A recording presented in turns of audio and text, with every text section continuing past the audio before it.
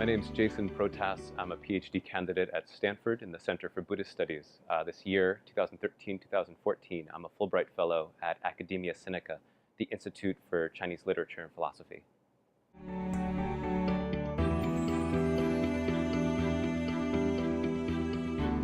My project looks at a poet monk named Daoqian who lived in the northern Song Dynasty. He's famous for being one of the good friends of Shu-shi, the great statesman and poet.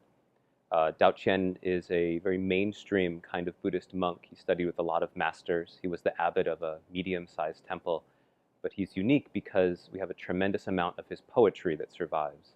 And so he's interesting because we can see how poetry was used in social situations and in other kinds of poetry games and things that monks were participating in the period.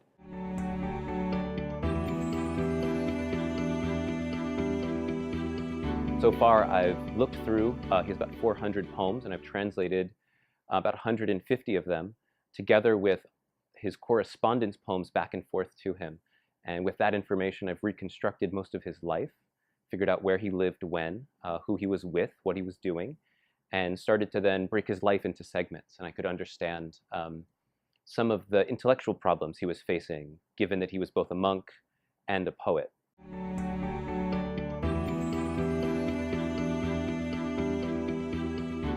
I think the people I've gotten to work with are like a family, and so I feel like I've been brought into their family, and that's something I'm going to take with me. So even when I go back to my own family, my original family at Stanford, so to speak, there's some new attitude toward relationships and the way we do our work that I learned here.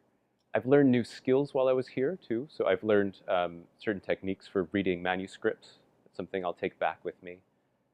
The most joyful part of being at Academia Sinica is having an environment of pure researchers, which means that when I discover something, almost immediately there's someone within no more than 100 yards, sometimes no more than 15 feet, that I can turn to, and when they have a moment, I can interrupt them and share with them what I found and discuss it with them and try to see, maybe I've thought of 2 or 3 angles from which to appreciate this thing I've discovered, but they might think of another 2 or 3 angles to sort of fit it into other lines of research and other narratives of history.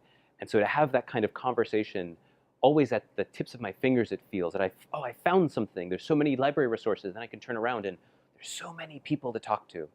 And to have that unique combination is really, there's been very few joys like it for a scholar, especially a young person, a young point in the career, to get to have this experience and to make friends where I feel a sense of friendship, that I feel like I can come back to this place. And even if I come back for 1 to 3 months, let alone a whole year, I'll have this kind of environment, these kinds of relationships and experiences again.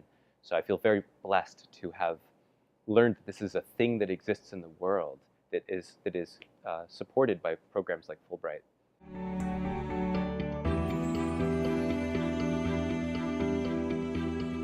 I think that the Taiwanese and American governments, as representative of their peoples, are smart to invest in person-to-person relationships.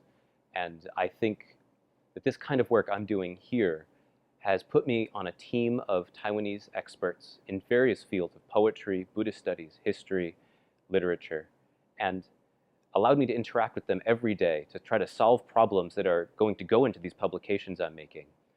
From their perspective, they're gaining something by my translating this important part of their culture into our language. And we're gaining something by gaining insight into their language and their culture, and my bringing it across gives something to us, a new way of looking at things. But I think the feel-good reason about supporting this work is because I've made friends with these people who I hope to invite to the States and who have expressed their intent on inviting me back.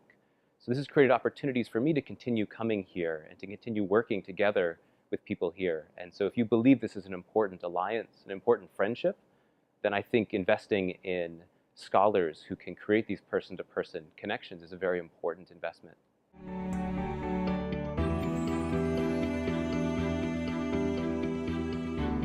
I want to share all the manuscripts I found. I have all these wonderful pictures of calligraphy and rare books that I've been fortunate to receive from different libraries. And as nerdy as it sounds, I'm really looking forward to sharing that with my friends and family so they understand what I've been doing.